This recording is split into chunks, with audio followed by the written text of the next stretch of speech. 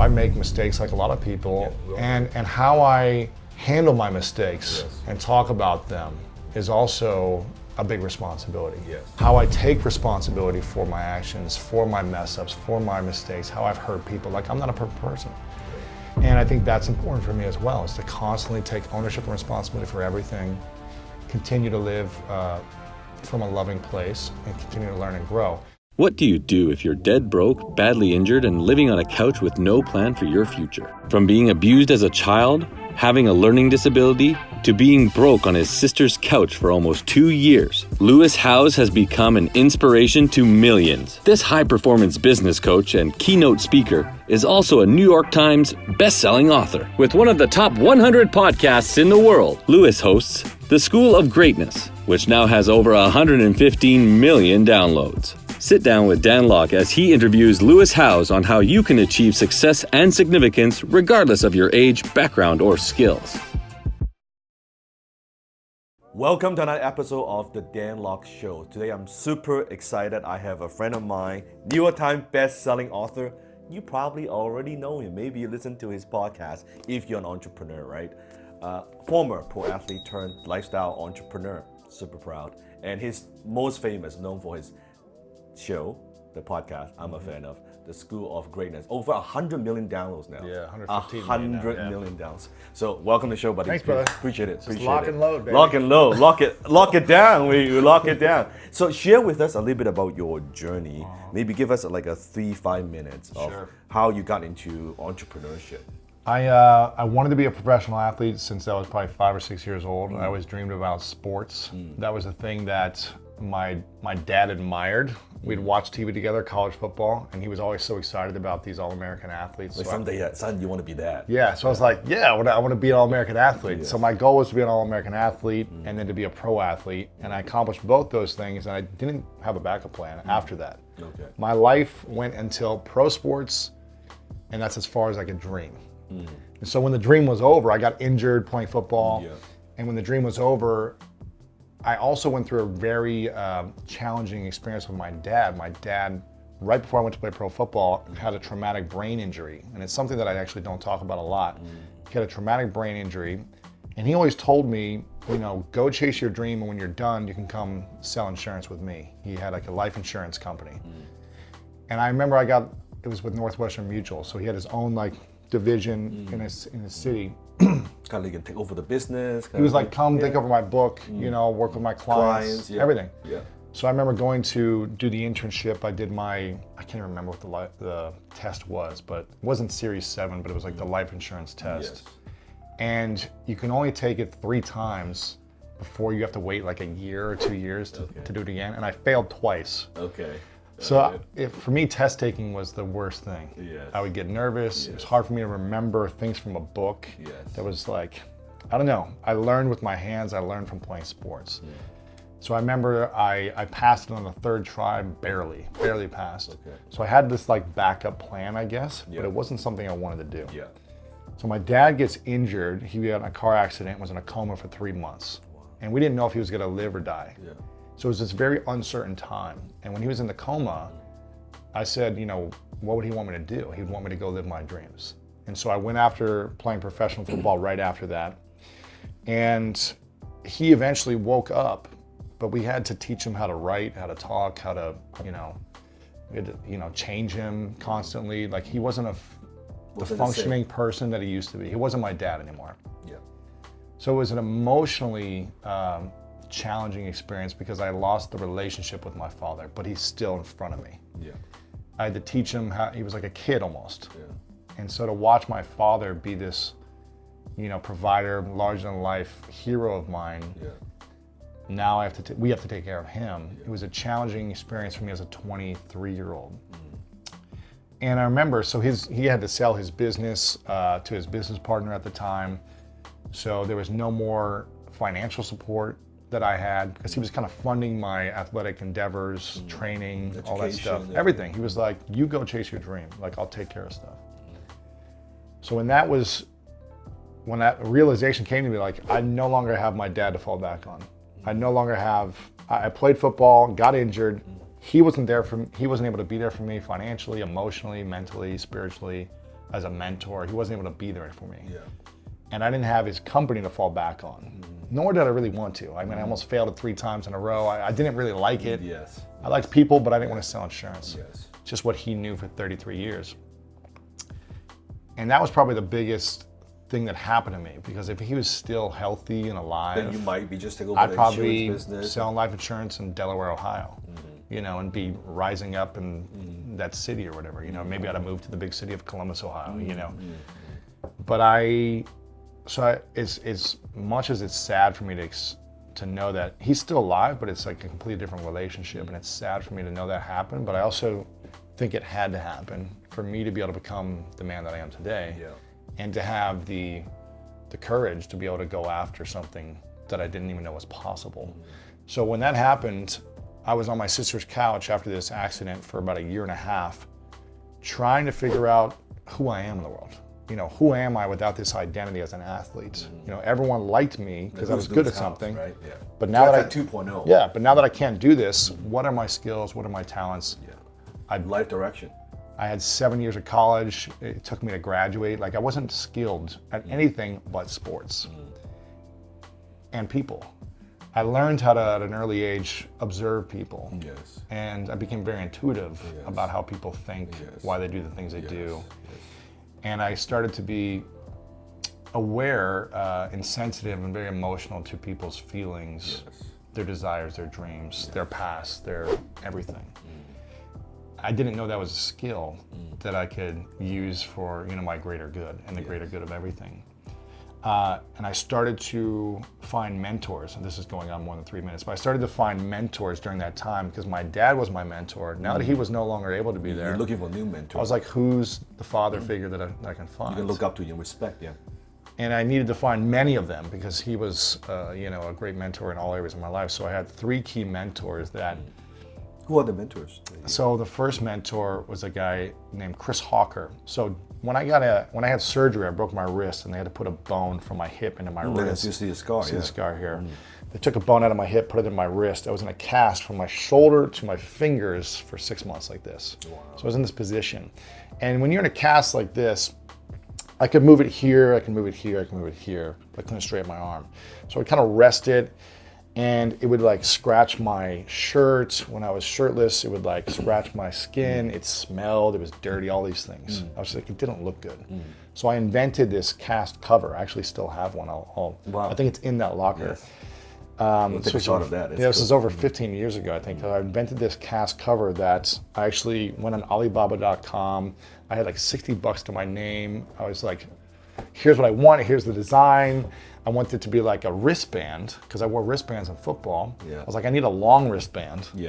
That's double thickness. That's different colors, that has a thumb hole, like all these different You were things. just thinking of doing it for yourself. That's it. I just wanted the solution. You weren't thinking of creating a product. No, I was like, I need a solution for my pain. That was it. Okay. That's my first entrepreneurial idea, but I didn't know what it was. So I got this thing back from China. That was like 6 weeks later after I wired this money. I was like, I'm never gonna get this money back. I had no clue what was going on. Was it difficult communicating with China? Very difficult. I'm sending emails back and forth. They don't understand. You try to understand what they say. I had no clue what I was doing. But I went on on Alibaba and, you know, posted something. And I got this box back with all these cast covers, right, that I made. And I remember saying to myself, wow, this thing is amazing. I could change them out with different colors. You know, it fits over the thumb hole, it looks better. Now, maybe I can make some money with this. Wonder who else needs this, right? Yes. There's lots of guys who break their arm and legs. There's got to be a few of them, more than you, Okay. So I remember I was dating a girl at the time, and I was just like, I need to meet an inventor. Someone who's done this before that can help me. Because this is an invention, right? Even though it's just a piece of cloth. And she goes, I know an inventor. Oh, wow. And he just moved back to Columbus, Ohio. This is where I was living at the time. He just moved back. And I go, I need to meet this guy now. Like, put me in front of him, call him. I need to meet him now. I meet the guy the next day. And you know, at the time, I was a couple months out of football. And as a football player, I looked like pretty much like a thug. I was wearing a backwards cap. I had baggy pants. I was just this athlete jock mentality. So I show up with these baggy pants and backwards cap to a bar to meet this guy Yes. in this cast, and I was just like so passionate Yes. about this idea. Was he scared of you? Like, He was what's scared. yeah, I He was can scared of me. imagine. Yeah, a little intimidating. I was rough around the edges, yes, you know. Yes.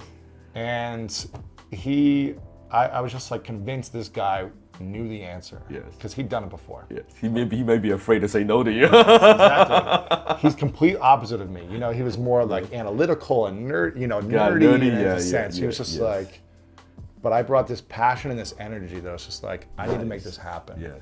And I want to work with you. I want to make this happen. I don't know why, but he brought me on for 6 months. I worked in for free for him for 6 months at his invention shop. Wow. In the kitchen, he had a closet that I had like a little desk that he put in for me. Yeah. And I was working for him, doing phone calls, trying to like promote his other products, going to trade shows with him and just learning about how to take an idea and bring it to reality. Wow. So how do you make the idea something that is marketable? Yes. How do you brand it? Yes. How do you design it? 3D model, everything. Yeah. Patent it. Yeah. So I learned this crash course on bringing an idea into life, from idea to concept to prototype to the marketplace. And that was probably some of the best education I ever had, because I just had an idea for this solution of a pain that I had. So he was a great mentor at the time for me that taught me everything about, you know, naming. He had over 85 products he brought to market. So he was always like, let's brainstorm the name of this, the concept. The message. The messaging. Before you even invent everything. Anything. Yeah. So he taught me so much in a short amount of time about how to bring an idea to life and make it successful. Nice. I remember being so afraid to speak in front of people at the time. I couldn't speak in front of an audience of 5 without trembling, stuttering, very insecure. Even though you're a pro athlete, like, you know, you Even have though the I had presence, confidence you in have the one, presence. yeah. But I was horrible in school. Communication. Horrible in school. The teacher would always ask us, say, open up chapter, whatever, page Gotta read, 53, and read aloud to the class. Oh. And I would just wish they wouldn't call my name. Yes. But they always would. Don't call me, yeah? But when I tell you that I was such a slow reader, it was just, I couldn't even read the simplest things and I would stutter. So I just always felt like everyone was laughing at me. I always felt like everyone was laughing at me all the time when I would read aloud. Yes. So that kind of condition you don't want to speak. I don't want to be in front of an audience Yeah. unless I'm playing a sport, something I'm comfortable in. Then you don't have to speak. That's the way I can perform. It's all physique, right? That's it. Yeah, because I could inspire people through my way of being, my performance. So I was always very insecure around speaking in front of other people, and I remember someone told me at some point, if you really want to change the world, you need to learn how to communicate in front of an audience. Whether it's a boardroom of people trying to share, you know, your message with their company, one-on-one, or if you want to move a society, you need to be able to communicate with confidence. Yes. And I don't know, whatever it was, the reason, I think I was willing to explore all the areas of my life that I was not good at the time. Yeah. Because my dad wasn't around, I had no money, I was sleeping on my It sister's sounds to couch. me almost you're trying to find yourself. Was trying to. And I was like, what can I do to improve my life? Yeah. So I joined Toastmasters. Oh yeah. Did you do Toastmasters? Oh yeah. Yeah. You'll be shocked. Like everything you share. You've done it. No, so my dad went bankrupt when I was 17 years old. Wow. So I had to. You had to figure it out. Exactly like that. Back against the wall, there's no one to and then pick you up. and then my mom, they got divorced, so it was just me and my mom. So I got into business because I needed to take care of my mom. Yeah. Right. And what changed me, another turning point was when my dad had a stroke, and was in hospital for months. And same, couldn't speak, couldn't, like the man that I knew, that I look up to, father figure, and that's why I look for other mentors. Like, Wow, very similar. yeah, very similar. So at Toastmasters, because I couldn't speak a word of English, I got bullied in school, no friends. Wow. So I had to learn Toastmasters, right? And Powerful, then, man. Yeah, so I'm like a game changer. Yeah. So from Toastmasters, and then what happened? Yeah, it's funny. I met someone. I was afraid to dance as well. Yes. So before Toastmasters, I started going to a salsa club Oh yes. every week. Yes. And I was terrified of my image. Really, my image was always at stake. I was scared of people's opinions about me. Yeah, I can see. So dancing in front of people, I'd get made fun of because I wasn't good. Yeah. And also Speaking you're a out big loud. guy. Like Big it's guy. not easy, right? When you're Not easy, dancing man. at salsa. Not easy to become the white butterfly on the dance floor now. Yeah. But I would go for month after month to watch these people dance. Yes. And I would never get on the dance floor. Just terrified. Yes. Girls would ask me to dance and I'd say, no, I don't want to make you look bad. Yeah.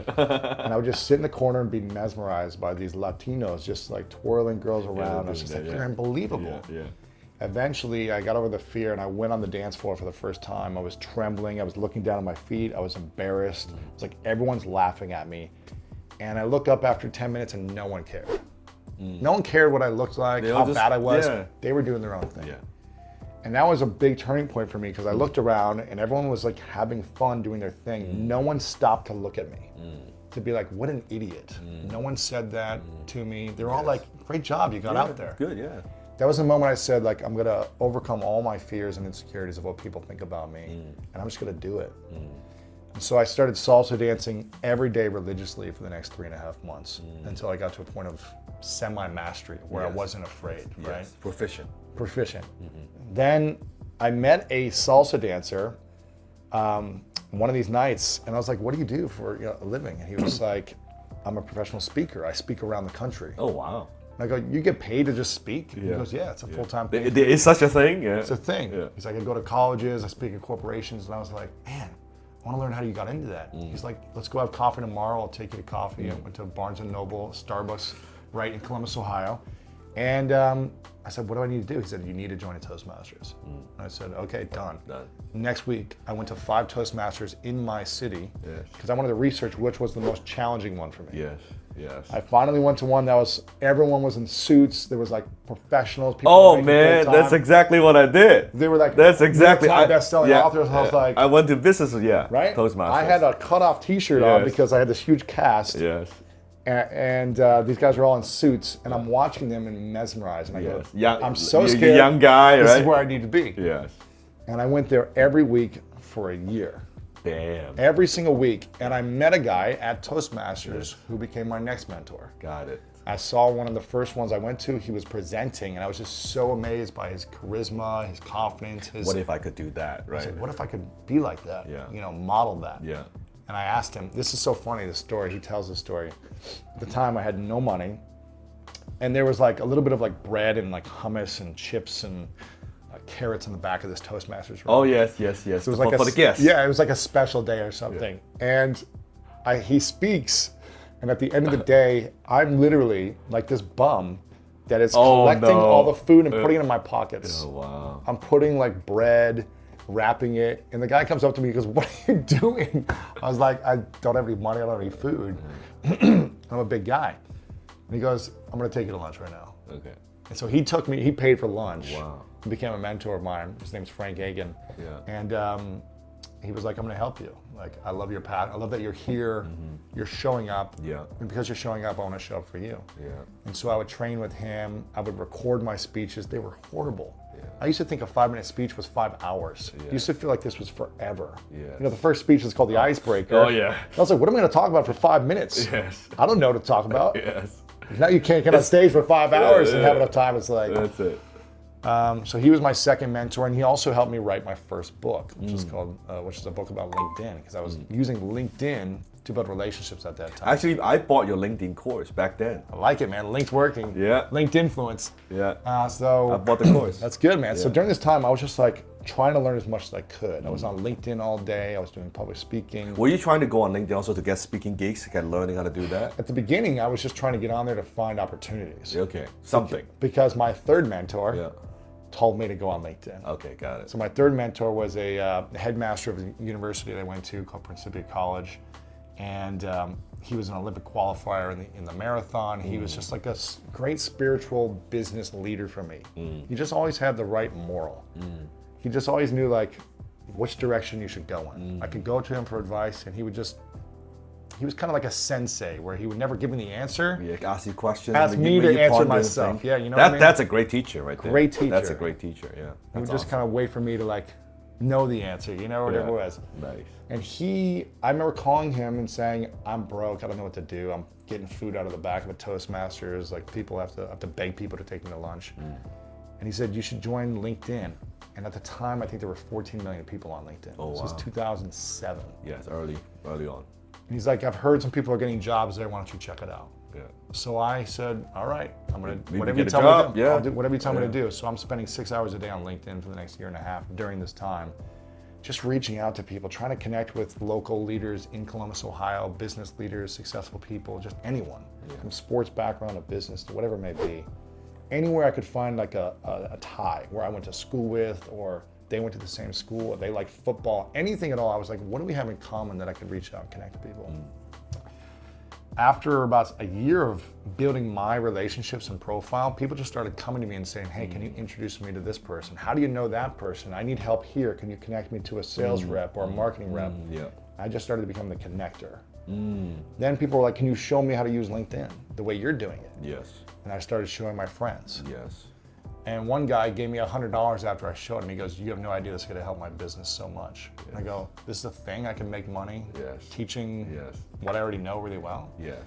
And that was a big spark for me. I was like, okay, I can make money doing this. Yes. Started doing events around LinkedIn, around the country. Then one of my mentors was like, let's write a book together about LinkedIn. Okay. The speaking coach mentor who had written a book. He was like, I'm going to help you write your first book. Yeah. So we shared that together. Yes. And When did you have your first break in business? You feel like, okay, because this was a long time. It was summer of 2009. Okay. It was this time 10 years ago. Okay. So this was from 2007 until 2009. Yes. Of me having 3 mentors, public speaking training every week for a year, salsa dancing training, learning to write my first book, building on LinkedIn every day, building 6 hours a day, relationships, everything, going to meetings, just like learning as much as I can about myself. 2 years of this while recovering with a cast on, rehab, training, everything. And I started to build like a kind of a name and a personal brand around being like this LinkedIn guy. Twitter was becoming big in 2007, 2008. So I was going to tweet ups and promoting myself as like a LinkedIn guy. And one day I went to an event, it's called Affiliate Summit. You know Affiliate Summit? Yeah. So I was hosting a LinkedIn networking event in Cleveland, Ohio, and a guy who came, his name's Jim Kukral, he was a marketing guy. He said, he was like, how are you doing all this from LinkedIn? How do you get 500 people to show up here from just LinkedIn? Yeah. He's like, you need to come to this conference called Affiliate Summit. Yes. And I was like, well, I don't have any money to like get to Vegas, and I can't pay for the ticket. He goes, I know the event owner. Like, I'm gonna get you a press pass so you can get a free ticket if you like write a post about this on your blog. You just gotta get yourself there. So I think I got like a $39 flight on Southwest, middle back seat. Yeah. I got the free ticket. I went there. Yeah. In the first hour, there was a kind of a networking session. People had tables. Yes. And I went up to my friend who told me about the event. He had a little booth. Yes. And within 5 minutes, this guy named Joel Comm walked up. And I knew who he was at the time because he was a New York Times bestseller. He was back then, I think, focused on AdSense, right, Joe? AdSense. He had the AdSense book. Yeah. He had one of the biggest iPhone apps at the time called iFart. When the apps came out in the App Store, he was making so much money on this farting app that was like, you push a button, it makes a fart sound. He crushed it. So he had this kind of big persona at the time in that space. And I remember he came up and I was really nervous. And my friend Jim, who introduced me, or who was there, he said, this is Lewis Howes, the LinkedIn guy. You got to know him. To Joel. And Joel looks at me and he goes, tell me why I need to know about LinkedIn in 30 seconds. I don't even remember what I said. I was just like, here's what LinkedIn is. I was like, I just had this like energy and passion. I was like, LinkedIn's amazing. Here's what I can do, blah, blah. And he's like, okay, cool. And I didn't hear from him after that. 6 months later, he messages me, he emails me and says, I'm doing this social media boot camp online, like this webinar series. I've got the person on Facebook to talk. I've got the person on YouTube. I'm doing a session on Twitter. LinkedIn expert. I don't know anyone else who's talking about LinkedIn. This is still 2009, but no one cared about LinkedIn.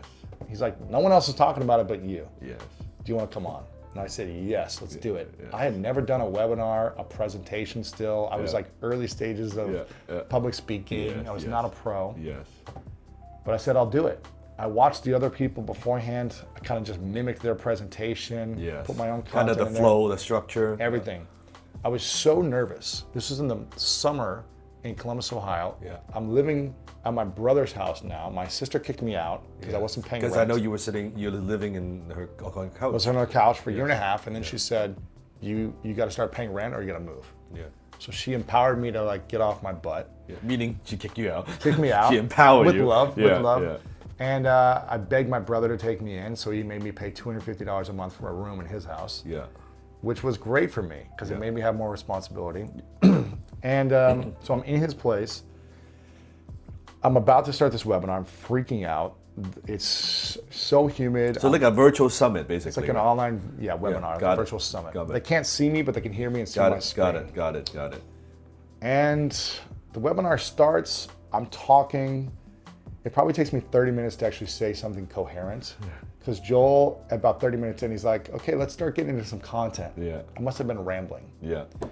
But for whatever reason, I just like blacked out and started delivering the most incredible value of my life. Yeah.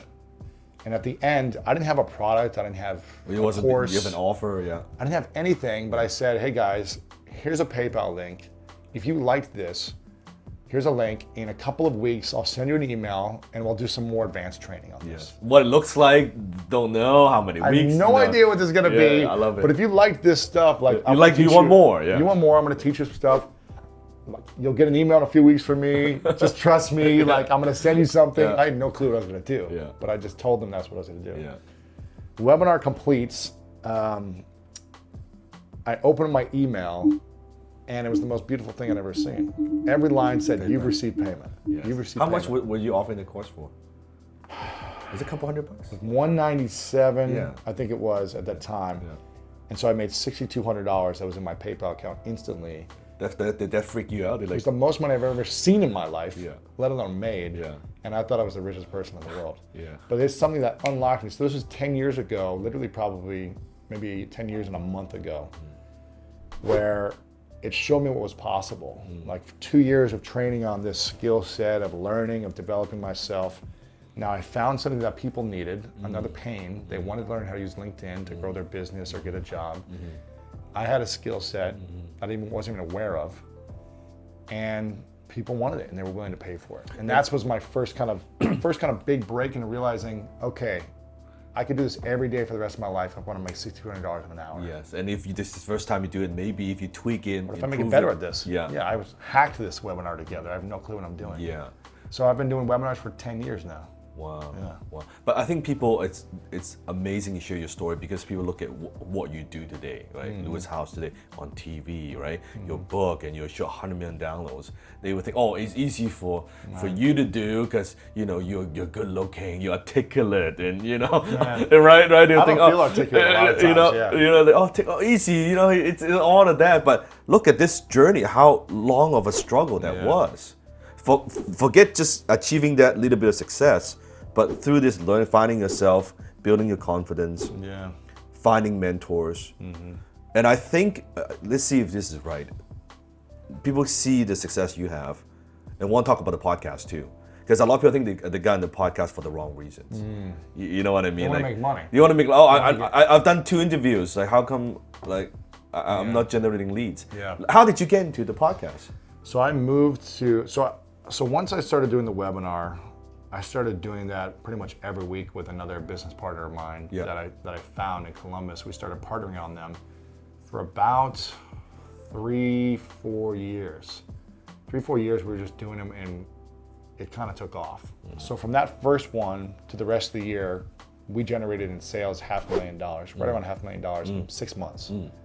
Because you were consistent. I just did it every week. I just said, let's keep doing this, keep doing this. And I was using LinkedIn to promote my webinars to get people on.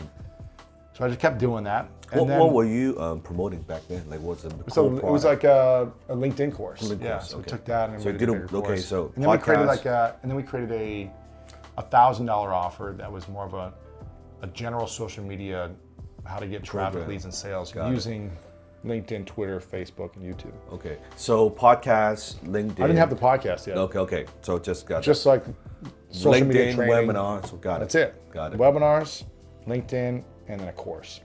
That was it. I was doing some events, but I wasn't really making that much money. A little bit, a few $100 or something. And I had that LinkedIn book, but that's not really making money.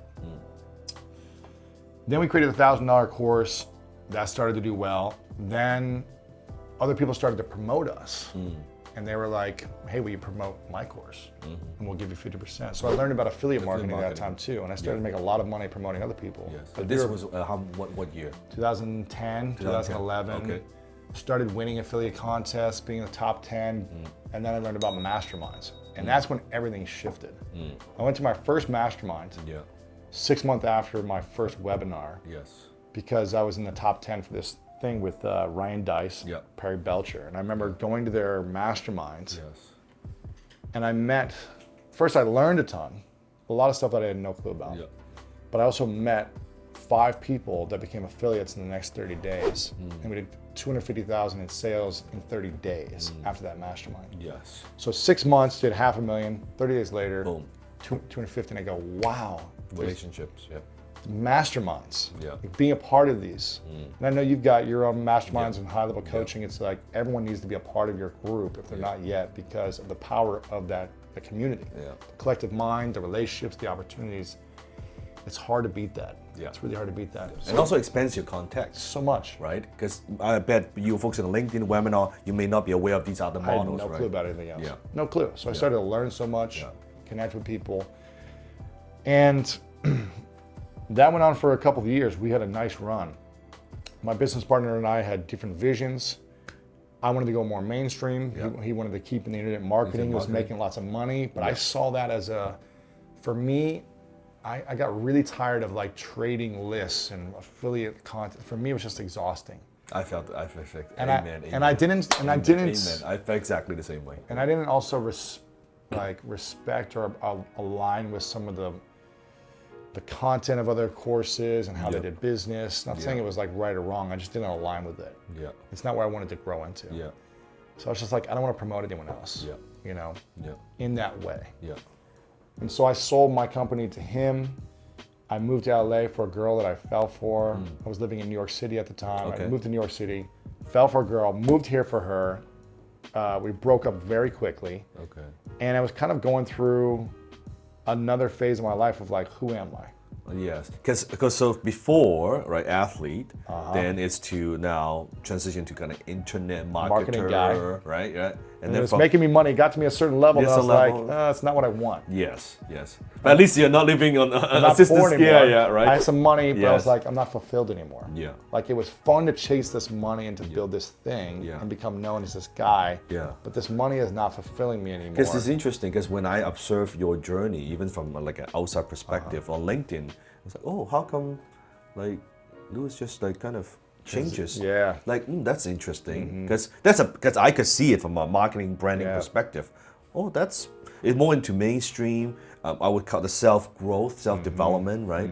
But that's like at first linked into this, like what is going on? But people didn't understand it. Now I'm not clear. People didn't understand it, and people thought I was crazy. Yeah. To Why would leave you something that was making so much money? Yeah. They thought I was crazy. Yeah. Like, you built this brand, everyone knows you as this guy. Yeah. But for some reason, I just knew I wanted something different in my life. I was not built to be the LinkedIn marketing guy for my life. Yeah. It's not my mission. Yeah. And I moved here and kind of had another identity crisis. I was in this relationship, it ended. And I kind of felt like lots of things were ending in my life. Like this business partnership ended right then, the relationship ended right then. I didn't know what I was going to do with my future anymore. And I started to get in a lot of arguments with people. I started to argue with people. I got in a fight on the basketball court right there on the street here, which kind of woke me up to being like, what am I doing? Why am I reactive? There's a lot of kind of aggression. A lot of aggression. Yeah. You know, as a football player, I had a safe way to like legally hurt people. Yeah. Now I can't get my aggression out in a safe, maybe in martial arts you have like a safe environment to like be aggressive. But when you lose that, and that energy is still inside of you and you haven't healed certain things in your past, I'm sure you're aware of this, it's like it comes out somewhere. Yeah, and triggers. So I remember I was driving down the street one day and I pulled up to like a stop sign. And instead of looking right, I looked left first. I usually look left to see if the car's coming, and I think I pulled up too fast. And there was a runner who came, and I was in his way, and so he had to stop, and he couldn't keep running past me, right? And he punched the back of my car. Oh. Trigger. I felt like this is a personal attack against me. Yeah. I chased the guy in my car. Like, he kept running. He did like an FU or something, flipped me off. I like went in my car, squealed out after the guy for about 10 minutes. Yeah. He would turn, I would turn. He turned around because he saw me chase him. You turned and stopped traffic. You know, it's just stupid, man. Yeah. I literally got out of my car and started chasing this guy. Oh, wow. I was that triggered. Yeah. And I remember thinking that this is just who I am. Until I got in a fight on a basketball court where I reacted to a guy. He headbutted me, and I reacted to him, and I got in a really big fight. Physical fight, you know, blood everywhere on the ground, everything. And my friend said to me, who was with me at the time, he goes, I don't want to hang out with you anymore. And that was a big turning point for me. I was like, my best friend that I know for over a decade doesn't want to spend time with me. Doesn't like who you're becoming. Yeah. He was like, I don't like who you are in this instance. You're so reactive, you're so frustrated. Now, I was a loving, friendly, happy guy until you triggered me. Then it was like I couldn't control the frustration, the rage, anger, whatever it was. Yeah. And I started to do a lot of work on myself during that time. I asked myself, what do I want to do? So this is 2000... 6.5, 6.5, okay. 7 years ago. 7 years ago, okay. 2012, 13, yeah. 13, yeah. So I remember saying, like, who do I want to be?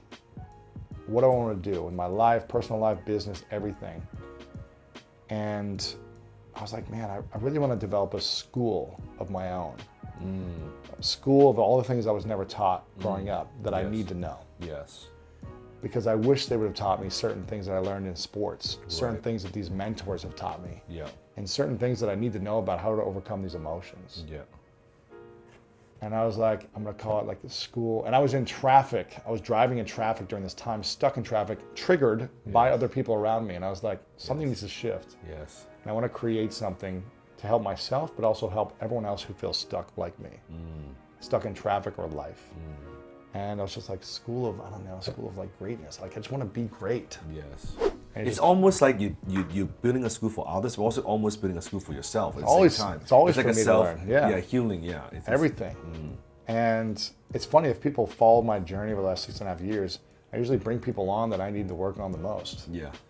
And I'll ask the questions for me, but also for everyone else listening. Yes. And I said, okay, I called 2 friends who had a podcast. I was in the car. Yeah. I called 2 friends during that car ride who I knew had a podcast and asked them, what is this podcasting thing? This is before podcasting was a thing. Yeah. And this is when it was like just a couple tech podcasts, 6-7 years ago, right? And both of them were like, it's my most favorite thing to do. I get the best leads for my business. Yeah. And it's just, I have so much fun doing it. Yes. I was like, these guys can do this. I could figure it out. Yes. I've never done this before, but I could figure it out. You can talk to people. You can come but my whole life I'd been observing and interviewing people, Yeah. just not recording it. Yeah. And so I said, okay, I'm going to launch this thing. It's going to be called School of Greatness. And everyone said, you're crazy. You can't do a podcast that's like personal development, asking about relationships and business and mindset and you need philosophy. a niche. You need a niche. Yeah. And this is what I would teach as well. Yeah, like you need my a niche, stuff. man. Yeah. Everyone's like, no, you need to do like the entrepreneur show or like an online marketing show. That's what you're great at. A LinkedIn show. I don't Exactly. know. Yeah. They were like, you need to do online marketing. You can't do this like broad thing. It's not going to work. Everyone told me it's not going to work. Yeah. And I go, I really don't even care if I make money. Yeah. Like, it doesn't matter to me. It's just something I believe in. I think like people are going to So listen. you want to talk to people you want to talk to. That's it. Yeah. I just want to talk to people I want to talk to. I do the same thing. Some might be billionaires. Some might be like spiritual teachers. Yes. Like, I didn't care. Yes. And they and my friends were like, yeah, I don't think it's the right move, man. Like, it's a cool name, but I just don't think it's going to work. Yeah. Because then you confuse your audience, right? Yeah. All that. And I said, I'm going to do it for a year, and I don't want to make money the first year. I don't even want to try to make money. I don't want to think about money. Yeah. I just want to do something that I love. Yeah. I want to help myself, and I help other people. Yeah. And it took off, man. Yeah, it took off. Like in the first year. Do you remember how many downloads you got the first year? Yeah, it took off in the sense of it was well received. It only got 750,000 downloads. But the reputation. In the year, right? The reputation you built. Yes, it didn't even get 1 million downloads the first year. And I think this is what people need to be aware of. My whole first year of podcasting didn't even hit 1 million downloads. Yeah. Second year was only 3 million downloads. Still, yeah. It's nice, but it wasn't like boom overnight. It was like this huge success. Yeah. But people loved it, and the impact and the results they were getting in their life was amazing. Yeah. And I was loving it. Yeah. And so my passion is what kept this alive for 6.5 years, over 800 episodes. Yes. And it's just consistency. I have no techniques. I have no strategy for like growth. Except How to hack the... There's no way. Yeah, I've tried to figure it out. Yeah. I've tried to interview people. I've tried to ask people. I've tried to... What a concept. Just love what you do. Do good work and do it consistently. well, yeah. We do it 3 times a week. You do something consistently enough for many years, eventually you're going to rise. When did you start monetizing the podcast? I started within like the second year, a little bit. Sponsors started coming to me, and I was rejecting a lot of them. Yeah. Because I was just like, it doesn't feel right. It doesn't feel aligned to the brand. Yeah. And I don't need the money. Yeah. It wasn't really until 2 years ago when I started to really monetize it. Okay. So 4.5 years in. Yeah. When I said, all right, let's turn it on. Yeah. I was taking some money here and there, and I was using it as a tool to promote my book that I came out with, my courses, my membership, all that stuff. Yeah. So it was a tool to promote things I had in my business. Yeah. But I didn't turn on sponsorships until about 2 years ago. But now it's like full steam ahead, man. Yes. What does your company look like now with your personal brand? Yeah. I also want to ask you to build a personal brand. Like, what does that look like right now? So you have the podcast. The goal is, we got the podcast. If we're talking about mechanically, we've got the podcast, which is kind of the main hub for everything. That's the engine. Yeah. That's the engine. And then I say like the email list and the social media channels is what connecting people to the engine. Yes. It's the way to deliver it with my internal stuff. Yeah. Well, along with press and then fans promoting it to their fans or whatever. We've got our membership site. We've got our mastermind, so a $50 a month membership site, $50,000 a year mastermind for other 7-figure influencers. I used to have a lot of courses. We got rid of them all because I did it for so long, almost 9 years. I had courses, probably over 15 different courses. For me, I just kind of get tired of doing courses. I'd rather have people in a membership. Yeah. So I transitioned from courses to membership. Just try to make it cleaner. Membership, mastermind, books, event, one event a year. Yes. Do you find that the membership, that's more for the mass audience, right? People who want, maybe they're not ready for the 50K mastermind, but they can at least invest in themselves $50 for membership, right? That's it. Yeah, that's awesome. And then the podcast is a big business in sponsorship alone. Yes. So that's one of the main engines. The podcasting and sponsorship. Got it. And over the years, what's your take on personal brand? Because then you shift right from LinkedIn into the marketing to, because you and I went through something very similar. So I'm curious. To transition from one brand to a different brand. From an internet marketing, because I don't want to be internet marketing. I mean, I started online back in 2004, right? So I was actually talking with Mark Joyner about this. Oh yeah. Yeah, Mark was on my show. Ryan Dice was on my show. We're just talking about some of these concepts that's good, but that's not where I want to be. Yeah. It's the same thing. A lot of money to be made in internet marketing. It's a great business. Nothing wrong with it. It's just, I think those are money makers. I don't think they're actually real businesses from my perspective. Yeah, right? and also for me, mass credibility is important. Mainstream credibility is important. Because I think that's when you can really influence people. And impact a lot of people. And I noticed that, I'm not going to say their names. I think they're all great guys. But a lot of these guys who are successful in internet marketing, Oprah, Ellen, GMA, Today Show, none of them were being called to be on the shows. And I was like, if I want to impact the country and the world, I need all the big press to say, man, there's something about this guy or his mission or his message that we like. We got to have him on. Yeah. And I remember when I was on my sister's couch thinking like, someday I want to be on Ellen. Yeah. I want to be dancing with Ellen. I saw it. I want to be dancing with Ellen. I saw it. And I was just like, it's not going to be teaching LinkedIn. Yeah. It's not going to be being an affiliate marketer. Yeah. Because it's just too hacking the internet. Yeah, it's just not it. Yeah. How to build an email list. Yeah. That's it. And I was just like, I need to build something that is building a movement and transforming lives. Yes. You know what I mean? Yeah. Whether it be spiritually, financially, health-wise, like it's got to be a bigger transformation than just how to make money. And I was like, gosh, how do I do this? And whenever an internet marketer was doing courses and just coaching by itself, I said, okay, I'm going to keep doing that because I want to generate revenue.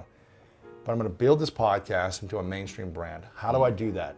I can't talk just about money. I need to bring on celebrities. I need to bring on thought leaders. I need to bring on billionaires. Bigger society, global mainstream people. Yeah. I need to interview them, not just the internet marketing celebrities, which everyone else was doing that I knew. I was like, I can make a lot of money doing this. Yeah.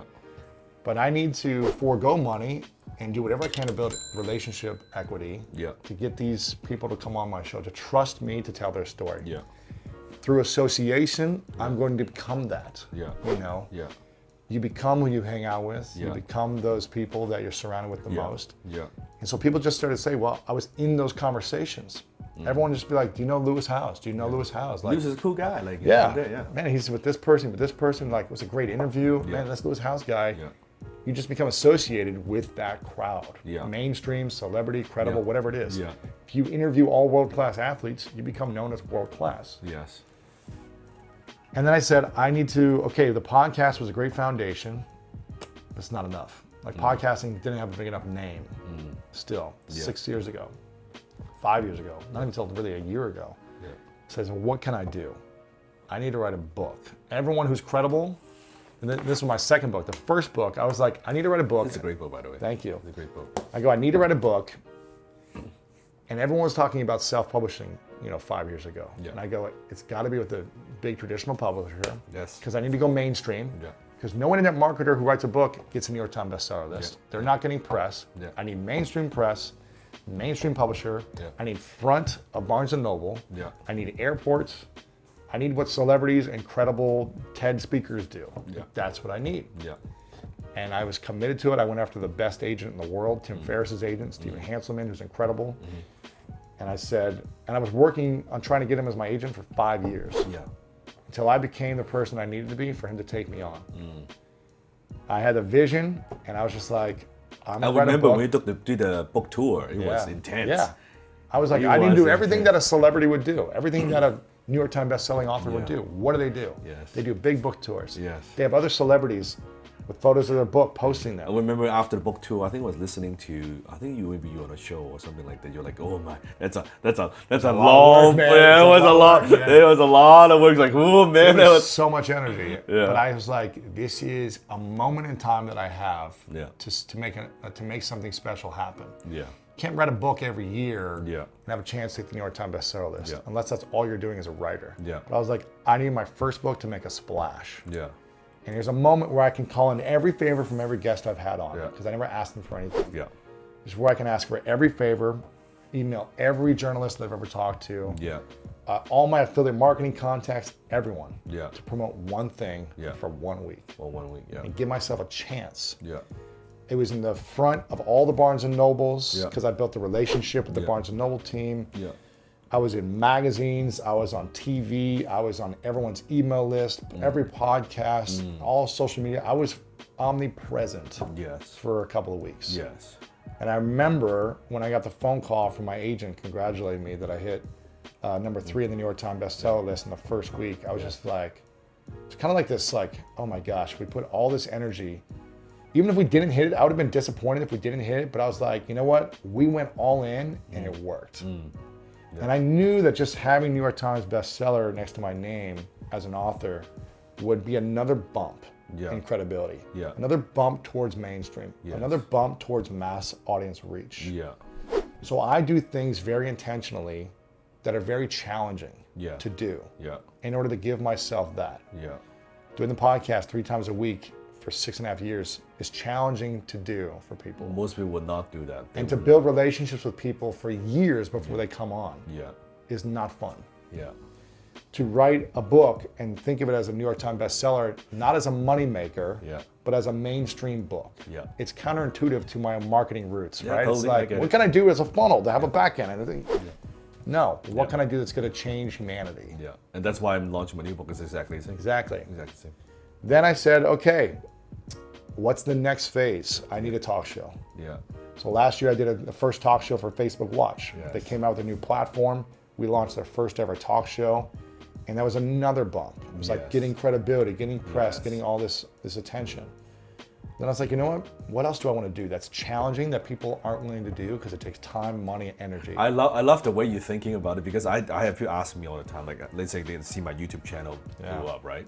What's the secret? What's the secret sauce? How do you trick the algorithm? I said 1 video a day. That's it, man. People aren't willing to do it. Is it one? What do you mean 1 video a day? Yeah, 1 video a day for like 3-4 years. Years. If you're not gonna don't think months, don't think weeks, years. And then it's not going to take off until year 4, you know? Yeah. You might not get the views you want. And you may not even take off in the year 4, right? And also there's so many factors. That's it. When So people listen to that, like I don't wanna do this. I want to run some ads. I want to get paid. And it's like, It's simple stuff. Yeah. And then I was like, all right, what's the next thing? I'm going to do a documentary.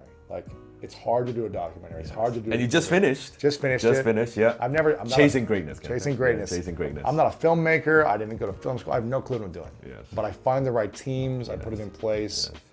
I do the time, and it's just a great piece to share your story. It's a piece of art. Yeah, and it's evergreen. You can evergreen. share with the world. It's a legacy piece. Yeah. So I'm always thinking of doing things. I also am very intentional about my design and branding. Yes. I think a lot of marketers miss out on. Yeah. Where I invested in I went to Iceland 4 years ago just to do a photo shoot for my website. Spent 5 days, all this time, all this money. Yes. Hiring a celebrity photographer, yes. Everything, just to be able to say, I want photos that look different than everyone else online. Yes. I want to stand in a unique position and not just look like every internet marketer. Yes. So I'm very intentional about what do mainstream people do? Yes. I'm doing that. I'm not doing what internet marketers do. Yes. I'm using internet marketing principles so that I can make money and run a business. Yes. But I'm not going to be an internet marketer, and I want to be completely disassociated with that industry. Yes. So I know everyone. I still stay close with everyone. I still go to masterminds and learn. Yeah. But it's how can I apply mainstream media strategies, branding, mission, vision, and apply it to what I'm doing. And that's something I'm always thinking about is how can I be different? Because as Sally Hogshead says, different is better than better. Very, very true. Very true. So what's next for you? What's the next step? What's your vision for the next maybe couple of years? In terms of your brand or even just personally? I think my mission from the beginning of the podcast is to impact 100 million people a week to help them live a better life in different areas of their life. And we just crossed 100 million downloads. It took 6 years to get 100 million. Congrats, by the way. Thank you. Congrats, man. Thank you, man. Thank you, man. That's an accomplishment. It's fun. It's fun. So the goal now is how do we do 100 million downloads in a year? Yeah. Then in a month.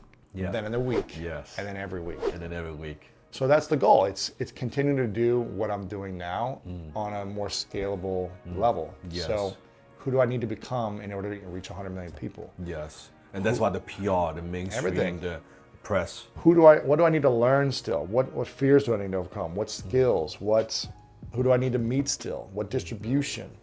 You were talking about some sites that you acquired. I'm not sure if it's public information now, but I've got greatness.com that we're looking to build the mainstream media site of inspiration and personal growth. So it's figuring out, I've never done something like this. It's going to be like a Netflix kind of for that, or like? I think it's always going to be evolving. It's going to be, a content engine. So written articles, audio, video. Yeah, and then that's series. One thing that's a domain name. That's mainstream. Mainstream. And so I spent a ton of money to buy a word that I've had for 2 years that I haven't done anything with. That's mainstream. Yep. Right? It's a ton of money. It's a lot of energy, but it's greatness.com. It's not internetmarketingsecrets.com. You know what I mean? It's like a word that Apple News will put on your news feed. And that's the goal. How do you go more mainstream and reach a broad audience? So I'm just trying to figure it out. I still have no clue what I'm doing on a lot of things, but I find people like you and I'll ask questions and I'll learn from smart mentors who've already done stuff. I think that's the key. It's fine, when people watch your show and they listen to you and you read your books and they go to your events, they learn a skill that they can apply and instantly get results. And that's what I need to do more of for myself. I'm sure you're doing it at a certain level as well. And I feel the same. I feel like now because you have the influence, it's even more responsibility. So much. Because before, I'm talking to this small group of people. Now, what you say actually matters to a lot of people, right? And how I show up. It shapes the industry, everything. right? And listen, I'm not some perfect human being here, so I make mistakes like a lot of people. And how I handle my mistakes and talk about them is also a big responsibility. How I take responsibility for my actions, for my mess ups, for my mistakes, how I've hurt people. Like, I'm not a perfect person. And I think that's important for me as well, is to constantly take ownership and responsibility for everything, continue to live from a loving place, and continue to learn and grow. You talk about responsibility, not to like plug this book or anything, but this book was something that I felt like as I started to heal from my past on this journey of self-discovery, and let go of a lot of the anger and resentment I was holding on to as a child from being sexually abused and a lot of other stuff, I realized like, wow, there's so many other men that I know who are suffering. and I want to give them these tools that I'm learning. And I want to find the experts and learn from them and write about it in a book. And this book was, everyone was like, again, like they said in the podcast, they were like, don't do this book. Do a marketing book. Do a business book next. Our first book was a huge success. We got to build the momentum. Now it's the business version. Yeah. I was like, I just don't want to talk about business. Yeah. I'd rather talk about how men can heal. Yeah. And become more vulnerable, loving, caring men. Yes. And they're all like, that's a dumb business move. And I go, I don't care if it's dumb, it's needed. Yes. And I'll feel like a fraud if I do something else. Yes. Because people healing and having better relationships with their partners and their children is more important to me than teaching people how to build their business. It just is. Someone else can teach it better. But because of that, that resonates with people. That's what's different. It's not. I did the different thing, and I did the thing that mattered to me, that I cared about. Yeah. And again, it gets attention. I got tons of press. It continues to level up who I am. It's shifting my brand into something else. Yes. As opposed to just the podcaster. Okay, he's written a book, New York Times bestseller. Now another book about emotional intelligence with men and how to understand men better. Like, that's a different thing. That's completely different than a LinkedIn guy. Yeah. Oh, that's. Yeah. So the goal is every year, you ask, what am I doing now? It's like every year, how can I reinvent an idea to add depth to who I am as a personal brand and to who we are as a business making an impact on people. And I think if people can think of like, how can you develop yourself to reinvent every year? And by taking risks, this was risky. This was not like the smart move. It took a year of my life writing it. It took 6 months promoting it. Like you lose money in other ways with that energy. Yeah. But I think it adds to your character. It adds to like your depth of who you are as a human when you're willing to put yourself out there like that. Yeah, I love it. So like the fact that you're not just like this sales guy, but you're doing martial arts, you're trying other things, you're always like developing yourself, it brings you so much more depth than just like the high ticket sales guy. Yeah, and it's interesting, when I said I want to upload martial art videos on YouTube, everyone said that's a bad idea. It's the same thing. It's exactly the same thing. Because it's different. It's like, wow, I want to learn from this guy who's like, show me some stuff and then teach me the psychology about how you can apply this in your life and your business. But just me, I just do like same thing with you. You just do. I put salsa dancing videos of me on there. Yeah, it's just yourself, right? Some people resonate with that. I put Iron Man stuff. I put like, oh, that's silly. That's not. No, doesn't matter. I like Iron Man stuff. Yeah. Like, but that actually resonate with people. That's what it is, right? Yeah. I love it. What's the best way for, of course, listen to your podcast? Yeah, but School of Greatness, Lewis Howes, everywhere. Got the book? Yeah. It's a really, really good book. It's a really, really good Thank book. you, brother. I actually, when I read the book, I was like, okay, like I was like, emotional intelligence for me, like after a couple of chapters. Oh, thanks, man. I love the book. Thank you, Thank you, brother. Thank you so much. Lock and load, baby. Lock and load.